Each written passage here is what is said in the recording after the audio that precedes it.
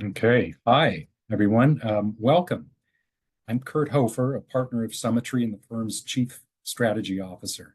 I'd like to extend a warm welcome to clients of Summitry for this conversation with Dan Clifton, head of Washington Policy Research at Strategas Research Partners.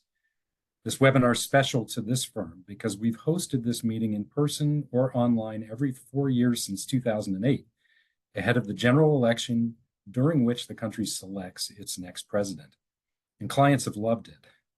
We've had fascinating discussions over the years about election dynamics and policy differences between candidates, including John McCain, Barack Obama, Mitt Romney, Hillary Clinton, Donald Trump, Joe Biden. And our discussions have delved into the concurrent House and Senate races. Today, we'll discuss the election between Kamala Harris and Donald Trump, as well as the tight races for control of the Senate and the House of Representatives. So first, an introduction to Dan Clifton. In his career, Dan has served as policy director for candidates for elected office. He served as chief economist for Americans for Tax Reform, as executive director of the American Shareholders Association, which lobbied on behalf of individual investors to help influence legislation for their benefit, and since 2007 in his current role as head of policy research for Strategas. We've had a special relationship with Strategas, a firm that provides Summitry with valuable market, economic, and policy perspective when building and managing our portfolios for you. I'll begin this discussion with a few questions for Dan, and I'll ask you to offer up your own questions by pressing the Q&A button at the bottom of the screen. I may not get to all of your questions today, but I'm very confident you'll walk away from this conversation with some great new insights about the month ahead until the election and about what might be in store for us in the years ahead in Washington. So with that, Dan, I mentioned we've done this for the last five presidential election cycles. Let's talk about the current election environment. Is there anything about this election environment that makes it different from those other ones? Absolutely. First, thank you for having me. It's great that this is our fifth election cycle doing this, and I want to thank everybody for being on the call. At Strategas, we're trying to figure out what the likely outcome is. We do not have the luxury of saying we want one candidate to win or one policy to be enacted. Our job is to identify what those likely outcomes are and what those investment implications are. I got to tell you, Kurt, I've been spending most of my time on the road. I've been to just about every swing state. I've been to the key Senate race states.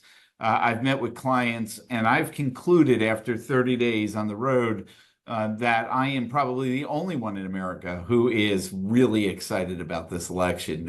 It is a unique and it is a differentiated cycle. And as an analyst, I just like to take stock of that.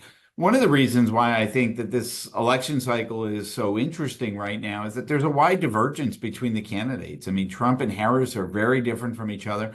That means the policy outcomes are going to be different.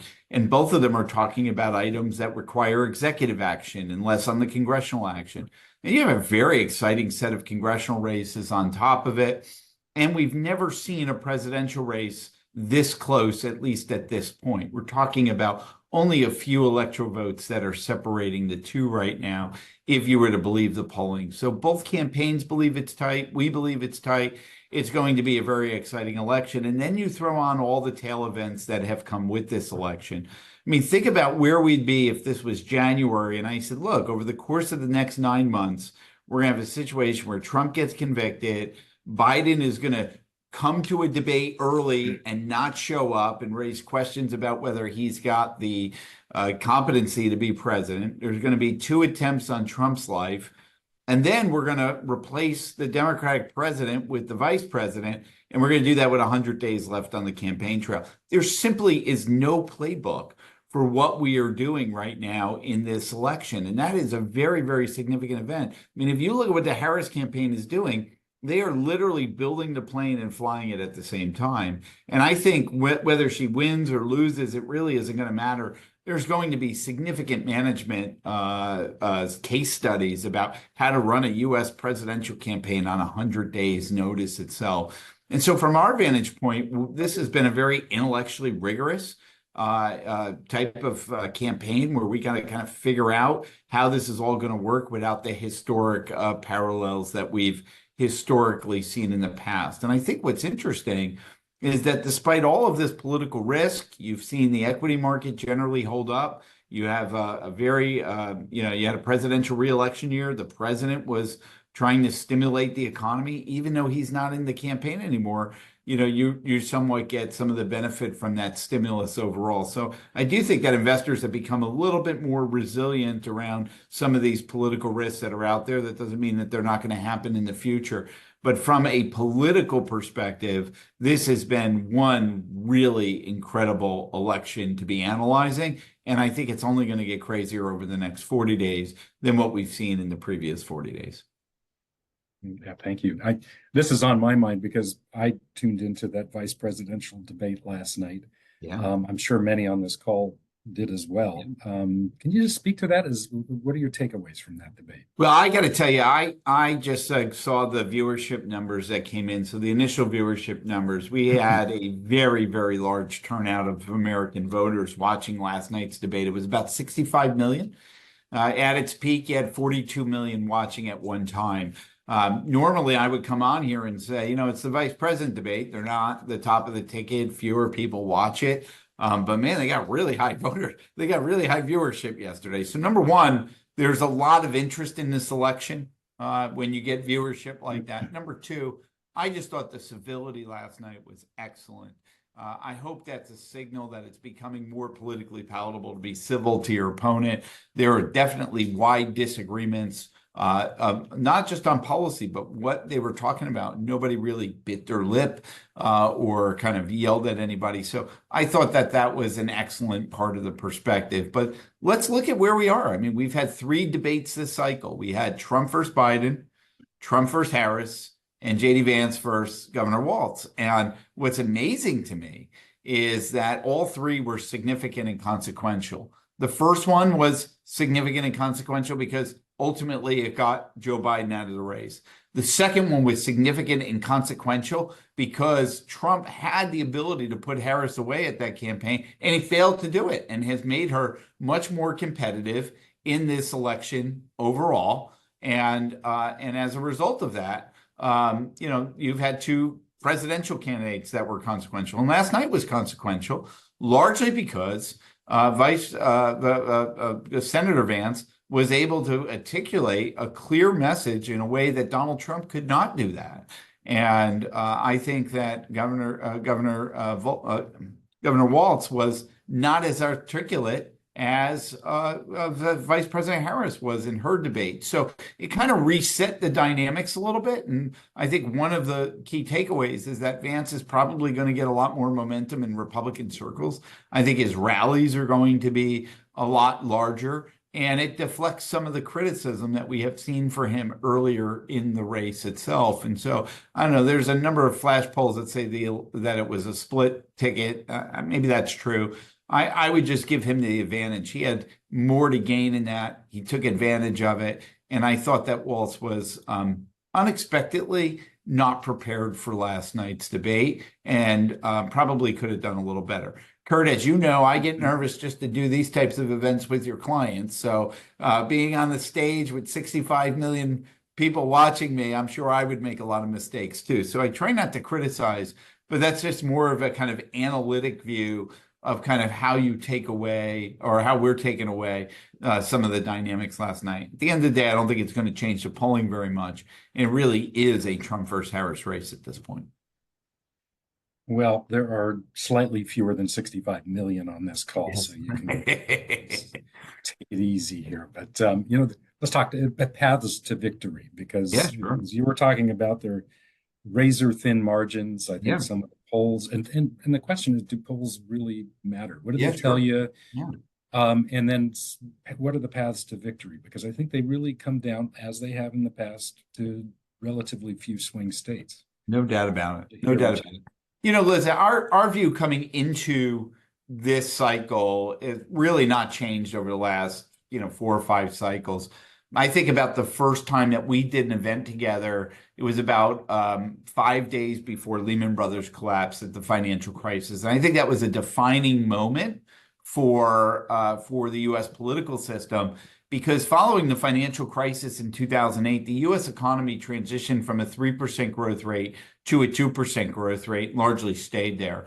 And I think that's really significant because the average American household hold about $44,000 less in income today. It's about almost $5 trillion of less wealth for American households because we're growing at a 2% rate rather than a 3% rate.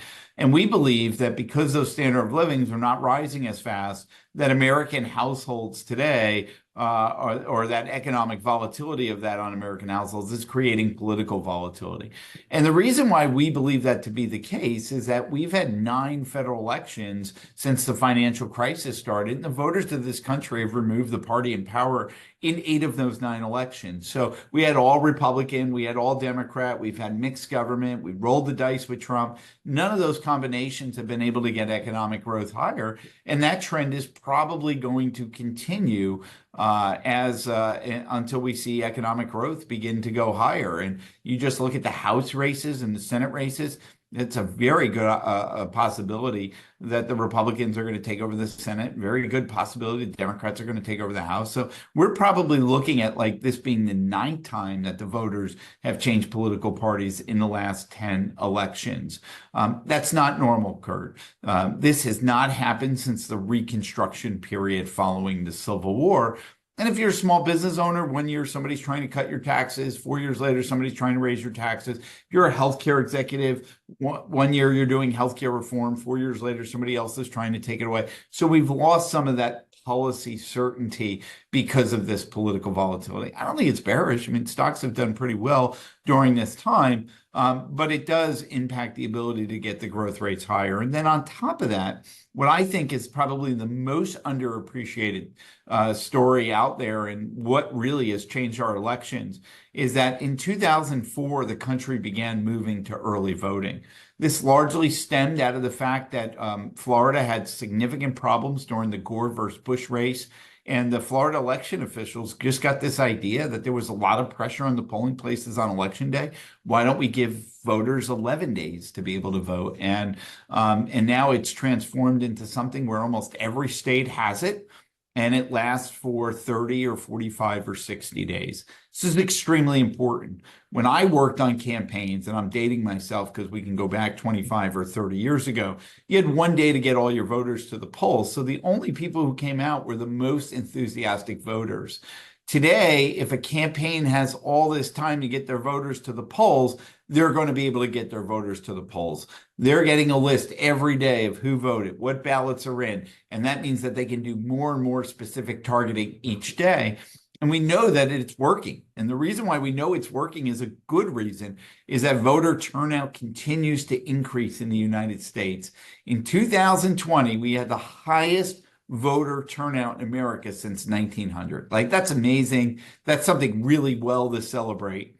The downside to this is that voters now are all going to the polls, that the margins that are separating the two candidates is so razor thin in the Electoral College that it's basically a rounding error. And what do I mean by that? In 2016, when Trump beat Hillary, it really came down to 77,000 voters in 3 states, Wisconsin, Michigan, and Pennsylvania. If those 77,000 voters voted differently, Hillary Clinton would have been president in 2016. And just think about that. That's 77,000 on a base of 140 million voters. It's a rounding error. 0.06% of total votes cast made the decision. Now you fast forward over to 2020, and the margin was even smaller on a larger base of voters. Just 65,000 voters made the difference in Wisconsin, Georgia, Arizona, and the Nebraska congressional district. And that was about 0.04% of voters. And so one of the reasons why I don't think that polling is as effective as it has been in the past is that polling worked when the campaigns had to get out their most enthusiastic voters. You could measure the intensity of voters and you can bet who was going out to vote. Under an early voting system, they're going to get everybody out. And when they get everybody out, it basically becomes a sampling error in terms of who is going to win the election overall. And so I don't think it's a bad thing. I just think it's different. and it requires a level of adjustment that we're going to see. Now, when you think about the elections and where we are going into these elections are going to come down to about 7 swing states. We call them the Magnificent Seven.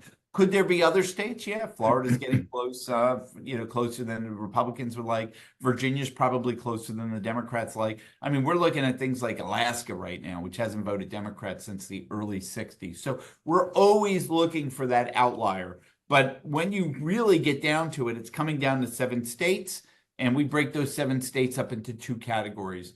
The first category is what we call the blue wall states, Wisconsin, Michigan, and Pennsylvania. And then the second are what we call the Sun Belt states, which are North Carolina, Georgia, Arizona, and Nevada. If you want to think about the path that Harris has, that path really comes down to winning the 3 blue wall states and winning the Nebraska congressional district, which is Nebraska number 2. If Harris is able to win all 4 of those jurisdictions, she will have 270 electoral votes, the exact number that she would need to win the election. Trump would have 268 electoral votes.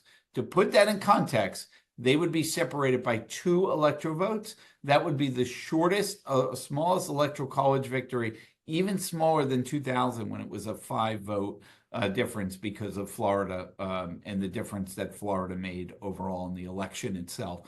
And so that's path number 1. And what's interesting about that is that Harris has had some success in Wisconsin and Michigan, but Pennsylvania remains very, very stubborn for her. Many of the undecided voters in Pennsylvania tend to be male, tend to be younger, smoke pot, do crypto. Those voters are more likely going to be associated with Donald Trump or even RFK, which means that Trump has a better chance of picking those voters off. And so what you see is the Harris campaign looking at a second option, and that is North Carolina plus Nevada. If you do North Carolina plus Nevada, you get about 22 electoral votes, and it more than offsets the 19 electoral votes from Pennsylvania. But it is a harder path to get to, given that Trump has been doing well in both of those states. And so when I make a comment earlier in this webinar that Trump has the ability to put the election away at the debate, it's largely based on that view that Pennsylvania was being very stubborn, and without Pennsylvania, it would be hard for Harris to win. The debate changed that because Trump's failure to participate or be prepared for that debate allowed Harris to effectively turn this election from a referendum on the Biden-Harris administration into a choice election. That's why you see her approval rating at close to 50%, and it's a much more even race right now. So this is a trench warfare battle. And what I've been arguing is that when you're dealing with such small margins in very few states, that external events could make a really big difference. Look at the external events that are shaping us right now. We have a port strike where 60% of our ports are shut down. Now those ports are not going to have a problem in the first week. Plenty of goods are sitting in inventory. But as you start getting into week number 2 and week number 3, cars don't start coming in, wood don't start coming in, lumber, steel, that starts to have an impact on the economy, and it starts to have an impact on voters. So I'd watch that. I got to tell you, a lot of our fellow citizens have received so much damage from this hurricane in the southeast part of this country, which falls in 2 swing states. Now, I don't know if storms are big, major political events, but storms can have the effect that residents get upset at the government response or they get happy about the government response. Western North Carolina is knocked out so bad that there's questions about whether people could actually be able to vote because you can't even get into some of those areas. So it's a major change what happened with the hurricane, and the confluence of both that port strike and the hurricane, I think, are important. And then finally, you have a massive geopolitical event breaking out in the Middle East. You also see Russia really on the march in Ukraine in a way that we haven't seen since 2022.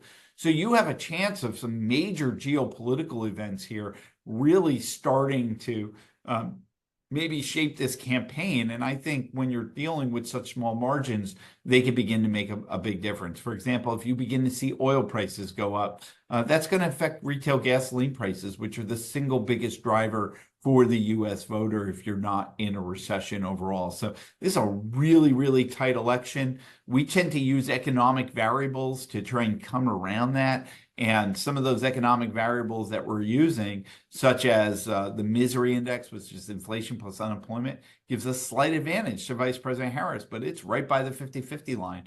We noticed that stocks 90 days into the election have been a very good predictor of election results. They're right about 83% of the time. If the stocks are up, the incumbent party wins and vice versa. And again, that's right near the 50-50 line since that process has started. So this is as close as it gets. It's very exciting for us. And that was a way too big of a long-winded answer for your question about polling overall, Kurt. But those are sort of the dynamics and factors and ways that we try and get around some of the polling issues. I love it because I have these questions that I line up and you're ticking them off before I have a chance to ask I'm them. sorry. So you do a great job. But you did mention a couple of things I'd like to ask you. Just that you mentioned RFK, the endorsement of Donald Trump. Does it matter? Did it make any difference? What's behind that? So I think it matters. When I read the Wall Street Journal 2 days ago, it said it didn't matter. So they said there's no evidence that this matters. Look, the thing that I like about polling data is direction, not so much level. So if I see that Donald Trump beats Joe Biden in a debate and Donald Trump's numbers go up 4%, that's information to me. Like there's a directional change. Or Vice President Harris comes in the race, and after Trump was winning in the swing states by 3% for 9 consecutive months, it goes to 0. There's information in the direction. Well, what happens is that we go into a new paradigm with Harris running against Trump. Trump's lead collapses, and all of a sudden, Trump's numbers begin to bottom out in late August. And we're like, whoa, what happened? After 4 weeks of straight going down, why is Trump's numbers beginning to bottom? And they began to bottom because RFK endorsed Donald Trump.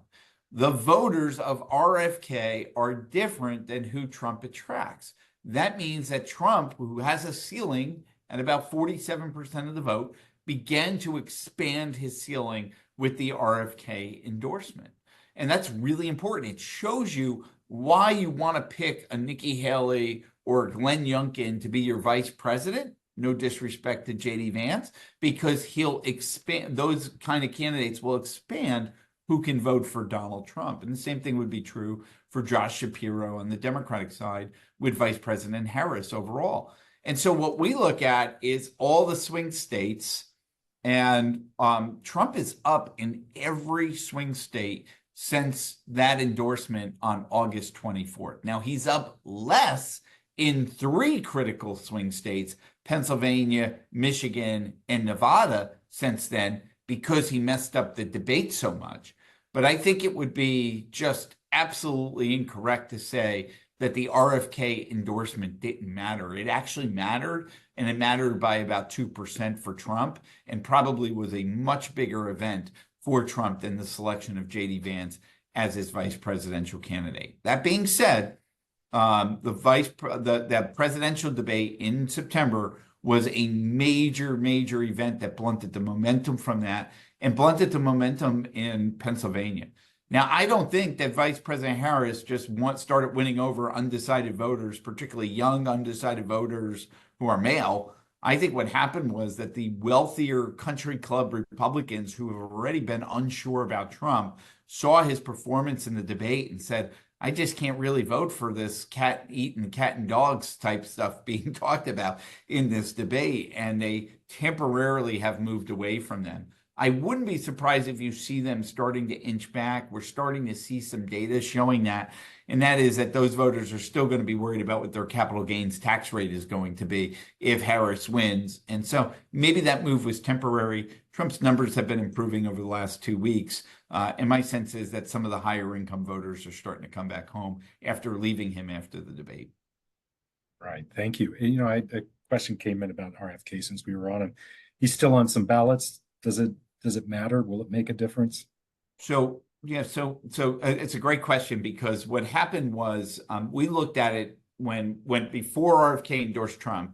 We looked at it in two ways. One, will RFK help Trump? And number two, what if RFK remains on the Michigan ballot, North Carolina ballot?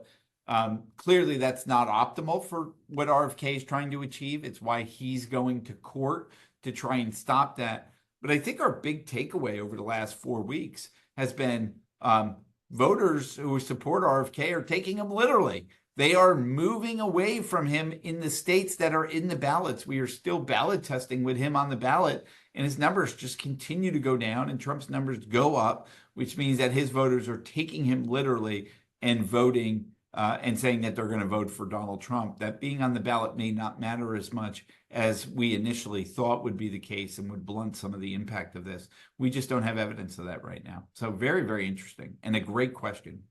No, that's great. Thank you for whoever sent that to us. And just a reminder to everyone on the call that there is that Q&A button at the bottom. If you have a question, please send it to me and I'll pass it along if I can to Dan. You had mentioned and discussed a little bit the difference between referendum and choice. And this is, if it had been Biden, it would have been a referendum, right? Because he's got a track record in the last 4 years. Harris is part of that administration, but there's been they've tried to cast this election. Each of the candidates have tried to cast this election either as a referendum and a choice. And how's that going for each candidate? That's a great question. So let me just take one step back. And I would say about half of my clients probably don't like Donald Trump, right? And so I had to sit there with a set of data in September of 2023 and look at it and go, if this is the way the election will happen between Donald Trump and Joe Biden, Donald Trump is not only going to win the Electoral College, Donald Trump's going to win the popular vote. And I had to figure out how to put that in a note and be taken seriously, because the New York Times poll, the Washington Post poll, none of those polls were really showing that data. But what we were seeing in our data was the underlying fundamentals of the Latino vote, the African-American vote, moving more towards the Republicans. And the significance of that was really important, because Trump still has a gender problem. Like, women just are not going to vote for him. They didn't vote for him in 2020. There's going to be fewer that vote for him in 2024. And yet that was totally manageable, because if he's improving with other demographic groups, it's going to offset his woman weakness that he had. I mean, this is amazing stuff. And we looked at that and we were like, this has to be a referendum on Joe Biden. And so there's a very simple question you can ask voters that is unique to this cycle, is that you have two presidents running against each other for the first time since 1912. So you can ask voters, who made your life better, Joe Biden or Donald Trump? And about 18% of voters were saying that 18% of voters were saying Joe Biden made their life better. And 42% of voters were saying Donald Trump made their life better. And we looked at that and we were like, this is really hard for the incumbent to win if these numbers stay like this. And so we looked at that and we said, this is a referendum on Joe Biden. And the best way to tell that is that you can look at the president's approval rating, and it's a rough proxy for the percentage of the vote that they're going to get in the presidential election. If 45% of the country think that you're doing a good job, you're probably going to get 45% of the vote. History has shown that out. We can use the data to test that out. So what we do is we watch the president's approval rating, and we watch it. And what do you know? Joe Biden for the last year had been hanging out with George Herbert Walker Bush and Jimmy Carter in terms of the same type of approval rating. If you are running for re-election, the last two presidents you want to have similar numbers as is those two. By the way, yesterday was Jimmy Carter's 100th birthday, so this is not a negative thing about Jimmy Carter. But my point is that Biden was in a real danger zone and that this was a referendum on him. In fact, don't take my word, take his word. This is why they moved the debate up to June 27th to be able to try and turn the election into the choice, and they weren't able to do that. So what does that mean, a choice? Well, if you think about President Obama in 2012, when he was running for re-election, he basically said, look, you may not like me, But if we turn the keys over to Mitt Romney, we're going to threaten all the economic gains that we have made since the end of the financial crisis. He made it a choice. He made it difficult for voters to be able to cast that vote for Mitt Romney, thinking that their life might get worse off if that's the case. Now think about George W. Bush in 2004. He was running against John Kerry. This is the first presidential election in a post 9/11 environment. He says it would be risky from a national security perspective if we handed the keys over to John Kerry. And they both were effective in being able to turn it into a choice election. And that's something Biden wasn't able to do. And you know what happened, Kurt? As soon as Biden got out of the race, his approval rating went up a few points. And what that told us is, yes, voters are upset about inflation. Yes, voters are upset about immigration. But they were more worried about his competency and his acuity than they were on his policies. And they're like, we like you, but you were just too old to run for president. And that's really important because the Trump campaign believed we're just swapping one unpopular candidate out with another unpopular candidate. They'll be okay, is the way I read their reaction. And yet there's Vice President Harris's approval rating going up. And as her approval rating goes up, that's telling us that she's making this election into a choice. How many times did you see in that debate, you almost felt like Trump was the incumbent president and that Harris was the challenger? That's her turning the race into a choice. Somebody else tried that last night, Governor Walz tried that last night. And every time he tried to do that, J.D. Vance did an incredible job of being able to turn it back on policy, being able to turn it back into there was less chaos in the world when Donald Trump was president. There was better real income gains when Trump was president.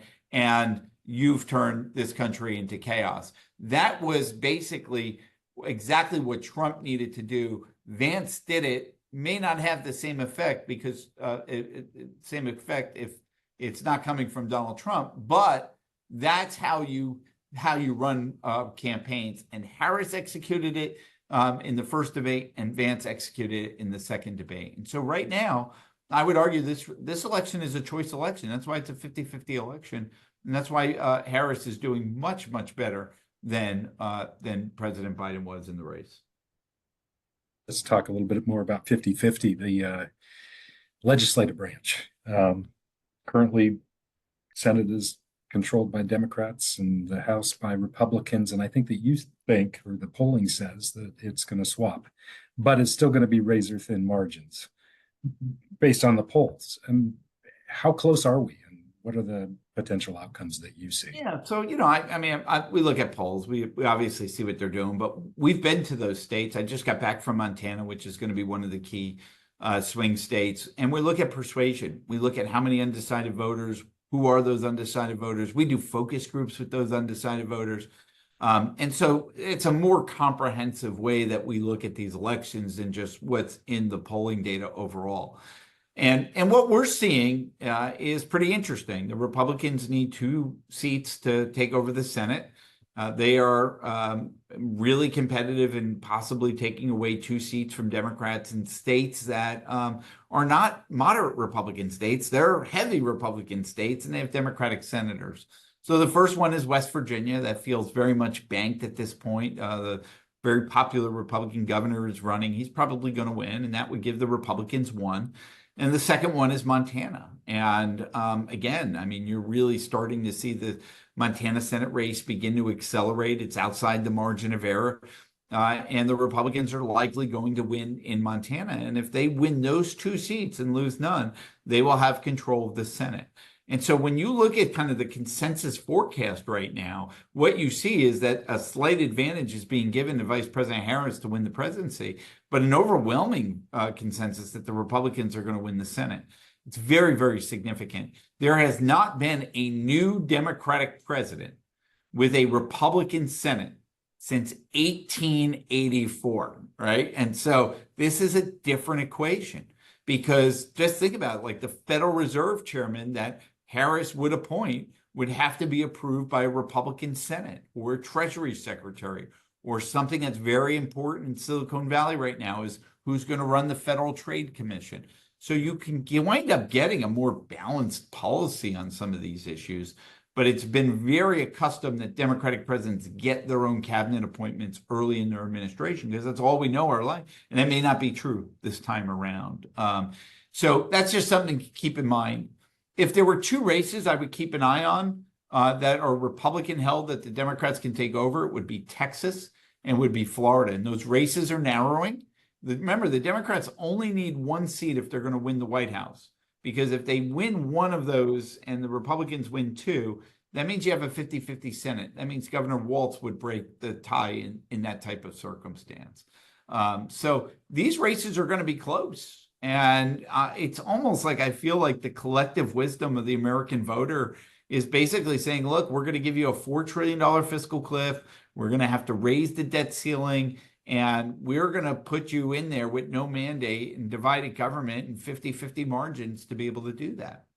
On the House side, the Democrats need about 18. The Democrats need about 4 seats. There's 18 House Democrats, House seats that Republicans hold that are in Democratic areas. So, you know, if Harris is able to put up 49% of the vote, even if she loses, it's very likely the Democrats are going to have control of the House. And just to put an exclamation point on this, Kurt, is that we've never had a situation where one party changes and the other party changes which chamber they control in Congress. And that's what the consensus forecast is setting up right now. So I tend to think something's going to happen where it all moves in one direction. Harris wins all the swing states or Trump wins all the swing states and it all moves, because what we're looking at hasn't happened in 150 years. Probably reasons why it hasn't happened in 150 years, but that's what's in front of us. And it's all based on where the map is right now. Okay, I'm glad we're going this direction. Tax codes are written by the legislative branch, Congress, and so it's really important right now because we've got the 2017 tax legislation is expiring right at the end of 2025, and so it's critically important. We're all taxpayers on this call. The companies that we invest in are taxpayers at the corporate level. And so this stuff matters. And so with that closely divided House and Senate, what do you see is happening? So I think next year will be the most important year for tax policy since 1913. That's the year we created the income tax.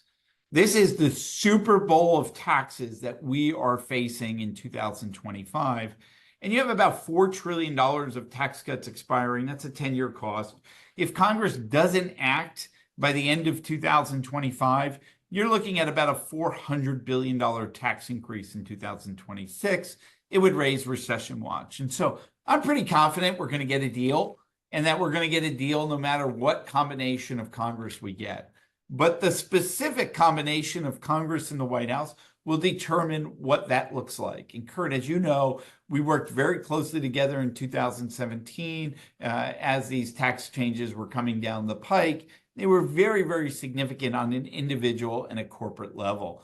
But it's the individual tax cuts that expire. And so if that's the case, every tax rate goes up, including the top marginal tax rate. The estate tax exemption goes from 13 million to 6.5 million. You also see the standard deduction get cut in half. The child tax credit gets cut in half. There's something called the alternative minimum tax that comes raging back in 2026 if Congress doesn't act. And then something that may be very important to your high income states is that the state and local tax deduction actually does come back in full force if Congress doesn't act and offsets a bit of a portion of those higher taxes overall. And so my sense is that if you get an all Republican government, you're very likely going to see most of those tax cuts get extended, even the ones at the higher end. But because we have a $2 trillion deficit, it's going to be very, very tough for Trump to do that in an unpaid for way, and that there will likely have to be some offsets. Some of those offsets include making college endowments pay more in taxes, getting rid of EV subsidies, electric vehicle subsidies for higher income residents, blocking out the tax credits for offshore wind. But that's not going to be enough. And so Trump will probably talk about using trade policy to offset some of the cost of those tax cuts. In all Democratic government, it's a little different, but it's, extending all the middle class tax cuts. Middle class defined as anybody below $400,000 of income. Congress will probably raise that to about $700,000 of income, but then paying for it with taxes on the upper income and on the corporate side. So if you get a full Democratic sweep, it's pretty likely the top marginal tax rate will go from 37 to 39.6. It's very likely that the 3.8% Medicare tax on investment income will go higher to 5%, if not more, which works as an effective capital gains tax increase.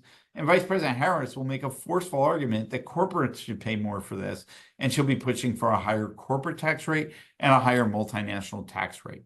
I just think it's really hard for the Democrats to get to a full sweep with all the different Republican states that they would have to win in this cycle to be able to get there.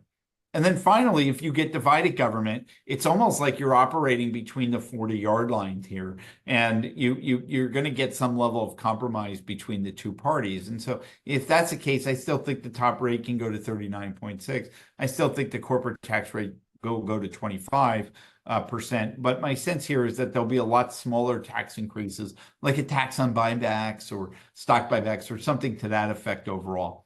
The one issue that I think is getting the most attention is the estate tax, that there's significant planning involved, that the exemption is going to go to $6.5 million. Under a Republican sweep, I don't believe it will change. Under divided government, I don't think it will change. And to be very controversial here, even under a Democratic sweep, I don't think it will change, although it will be proposed and it will get a lot of attention. My point to everybody on this call today is be prepared. Be prepared as if Congress doesn't act or there's going to be some negative event. Do your planning now. Work with your Summitry advisor to be able to start that planning. My experience in 2012 is that as we got closer to the fiscal cliff and some of these estate tax changes, it just got harder to schedule appointments. It got harder to schedule appraisers. Those are things that should be worked out now. Have the paperwork ready to go, and if Congress screws up, you're ready to pull the trigger overall. So be prepared. Work with your advisor on this, and it's never too early. Now is the time to do that, because it's going to get a lot tougher down the road. And I say that as somebody who don't think that there's going to be significant material changes to the estate tax next year. Thank you for that plug. And we are standing by, waiting for your calls, clients. So we are here to talk to you about all of those things. Interest rates are way up from where they were when a lot of the debt that's currently on the government's balance sheet was issued. It's getting refinanced. It's getting refinanced at a higher rate. We've got a deficit. Every dollar of deficit needs to be funded somehow. Will this get solved? Are we going to deal with the deficit finally? So my views on this are, so the answer is yes. I think it's coming. I would say that the consensus does not believe it's coming because Congress has ignored something for 30 years. Why would they change anytime now? And while interest rates are higher, bond yields remain relatively low to the point where there's no signal from the bond market to force urgency on Congress overall. So why do I think it's going to get solved? I think it's going to get solved because the falling of the Berlin Wall was a major event in world history, and we're starting to reverse from that overall. What do I mean by that? Well, when the Berlin Wall went down in 1990, the world globalized. And when the world globalized, inflation came down. And when inflation came down, interest rates came down. And when interest rates came down, the US government's debt servicing came down. So for 30 years, the US government has been able to cut taxes, increase spending, accrue large deficits, and build up its stockpile of debt. They were able to do that without any change in their debt servicing cost. So that went on for 30 years. It's the greatest period of tax policy that we've ever seen in US history, given the nature of the changes that have been made. And what happened in 2021 is that we got inflation. And when you get inflation, interest rates go up, and interest rates had to go up on this massive stock of debt. And when that happened, the interest cost on the US debt surged. September 30th was the end of the third quarter. It's also the end of the fiscal year. We calculate that the interest cost as a percentage of the U.S. economy was the highest level ever in the third quarter of this year. We estimate and have high degree of confidence that September was the first month where the 12-month rolling interest cost exceeded the 12-month rolling cost of the U.S. defense budget. That is an amazing data point. We are spending more on interest today than we are on the national security of this country. And that's very significant because it sends a signal down in Washington, because there's 1/3 of the budget that's called discretionary, and that's for our defense budget, that's for the National Institute of Health. Those are the big programs. And when your interest cost surges this way, then there's less money available for defense, healthcare, infrastructure, and all those other factors. Our net interest cost really starts to hit the inflection point on that about 14% of tax revenue. We are today at 19% of tax revenue. So when the election is over and the balloons are all picked up, that party is going to end pretty quickly, as Congress is being told that there is a crowding out of interest costs. It will not be immediate. It will be a muddle through step by step. But we are getting to the point, like we did in the 80s when we went through this, where we are going to have to start dealing with the deficit. I believe that we will. Now, in the 80s, Ronald Reagan, who's the great tax cutter of all time, raised taxes in 6 of his last 7 years of his presidency. And the Democrats cut spending in 1985 because they had no other choice. So can you imagine if at the beginning of this call, I told you that the Republicans are probably going to vote to raise taxes in the next 4 years and the Democrats are going to vote to cut spending in the next 4 years?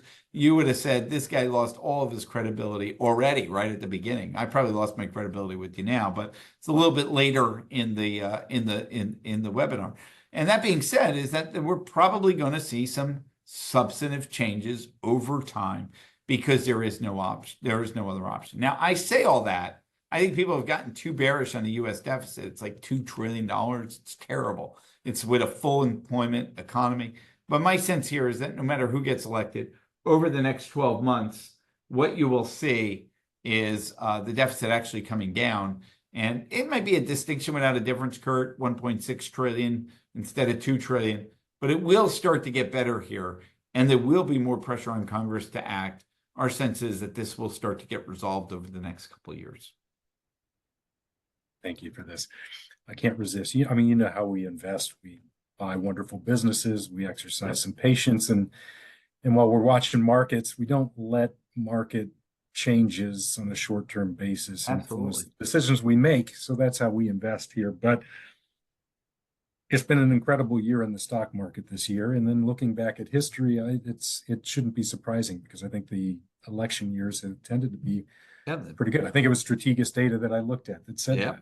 And I think it also said that first years of new governments have tended to be pretty good as well. So what's going on? Is there a reason for it, or is it just coincidence? So I'm a big believer in the view that earnings and interest rates are what drive stocks. I think you would have a very similar view as well. Elections come and go. Elections could impact the earnings of companies on a sector basis, on an individual if they're levered to a specific policy. Sometimes you get macro effects. We like to look at the lobbying data of every S&P 500 company. Just about every S&P 500 company lobbies on tax and trade because those can impact their earnings overall. So you tend to see those. But what we see is that after 1 year of the election, stocks are up almost every time, and they're up pretty good. They're up like 9 or 10% from a presidential election. And what we found is that open presidential election years, like we see right now, tend to do better than the average year in the stock market and tend to do better than re-election years. There tends to be a little bit of a pullback around the election when you have open elections. So you're starting from a lower base. But presidents really do like to get their policies implemented. It just takes them a little bit of time.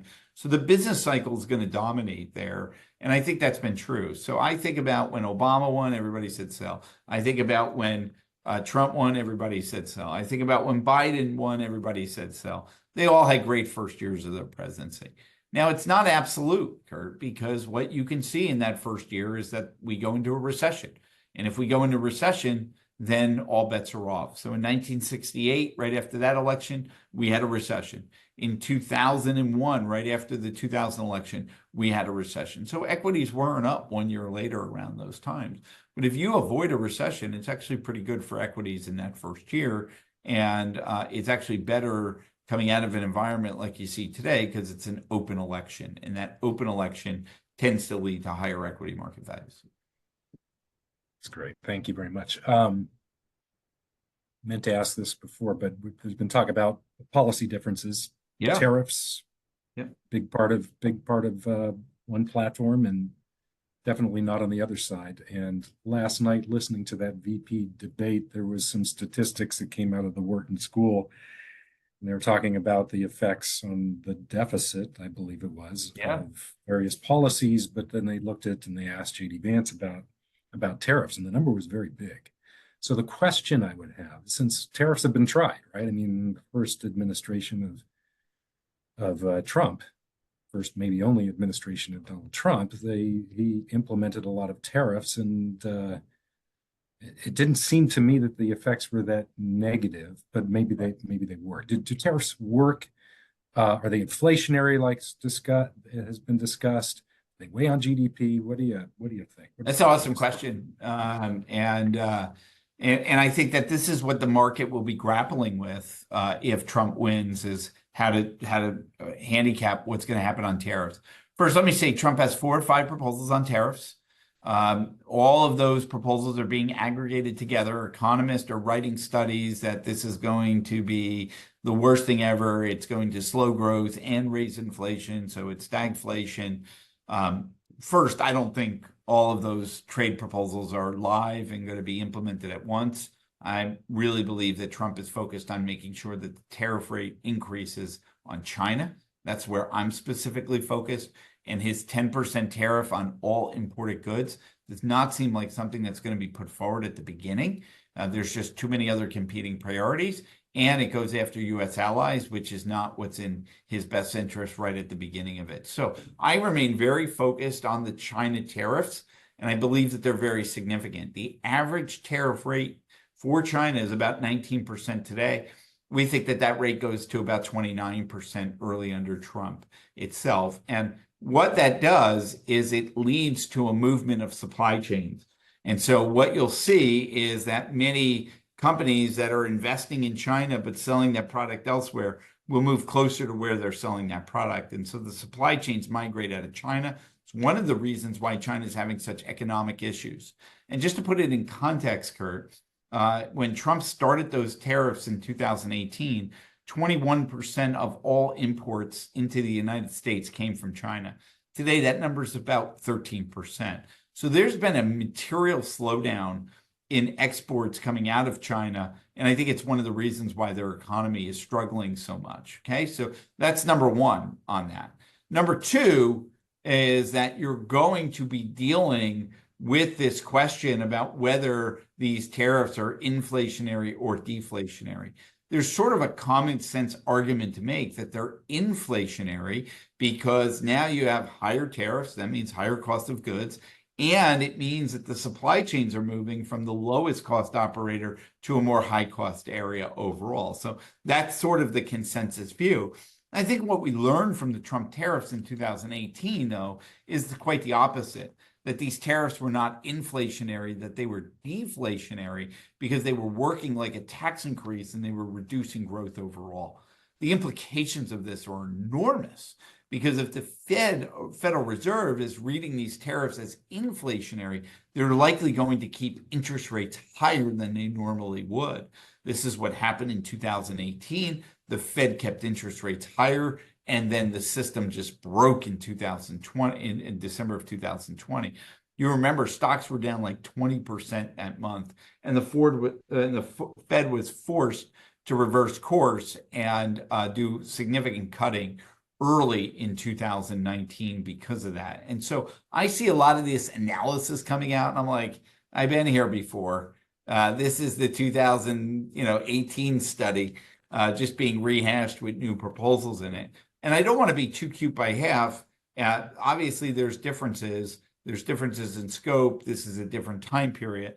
But my sense is that the most important implication for the Trump tariffs is that you're reallocating where growth and earnings are going to happen. And so India is going to be a beneficiary relative to China. Mexico negotiations over NAFTA are going to be really, really tough.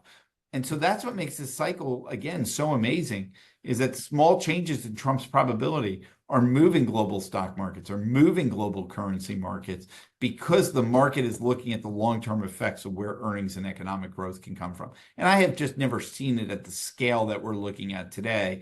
And it's really, really interesting to us. And it's sort of a pinch me moment that this may be a once-in-a-lifetime election in terms of assets like this. Moving. Fascinating. So moving around a little bit more, and forgive me if you addressed this in one of your earlier responses, but I had a question about unrealized capital gains and the potential for taxation. We've got a lot of clients with unrealized capital gains, and they would be affected by, obviously, by such a policy. What are the chances of that? Well, I think the chances are close to zero. But I am very worried about the unrealized capital gains proposal, right? Again, my job is to handicap outcomes. I'm not here to give you my personal opinion. I just, as a tax expert, find the unrealized capital gains proposal as extremely hard, as extremely difficult to be able to handicap that not handicap it, but how to actually structure something like this. And the implications on capital formation would be very, very negative, and it would put the U.S. at a very competitive disadvantage. In any place that they are having wealth taxes that are being initiated here, they're pulling those wealth taxes back, and this would be the U.S. pulling in those wealth taxes. Now, if it has very little chance of passing, why would I be worried about it? Well, I used to be a lobbyist. I used to lobby a lot on capital gains and estate taxes. And what I've noticed is that in the tax policy realm, once an idea gets out there, it's very, very hard to ever put it back into the bottle. And so what we see here is that this unrealized capital gains tax proposal isn't going anywhere. Vice President Harris can lose this election. She can lose this election in a landslide, 55-45. Okay? She can lose this election in a landslide, 55-45. And all of the Democratic presidential candidates are going to have this proposal in their platform agendas moving forward. And so that means that eventually one day everything's going to line up and it could be there. I just think it's really hard to get the votes for something like this. And I think a more likely outcome in future years isn't about unrealized capital gains, but creating an unrealized capital gains tax within the estate tax by moving away from a step-up basis to a carryover basis and creating another form of double, triple taxation within the estate tax realm. Again, I don't think that that's imminent. But in my experience, you ask for 10, you get 5. You ask for 5, you get 0. Unrealized capital gains is the 10 here. Changes on the estate tax are 5. And this is where the progressive Democrats are. They realize they can't tax income anymore. They have to tax wealth. And these are the ways to be able to get there and do it. So I don't think an unrealized capital gains tax is going to pass.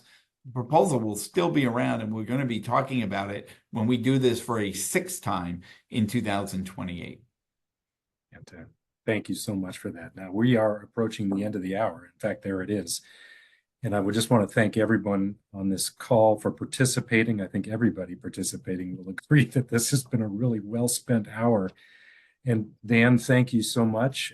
You remind us why it's so important that this relationship that we have with Strategas and with you in particular. You've been great to us over the years, and we're delighted that we can bring this to our clients as well. So just a couple of final things before we go. It is approaching the end of the year, and Dan mentioned there are things that you can call your Summitry advisor about, but there are many things as the year end approaches. RMDs, estate issues, charitable giving, other things. Please don't wait until the end of the year, but please call now and let's have conversations with advisors about all of those things well ahead of the end of the year. And this call that we've had, this webinar, has been recorded, and we'll make it available to all of you afterwards. And that's really all I have. I just appreciate this so much, Dan. Thank you for your time. Thank you to Strategas, and we wish you well.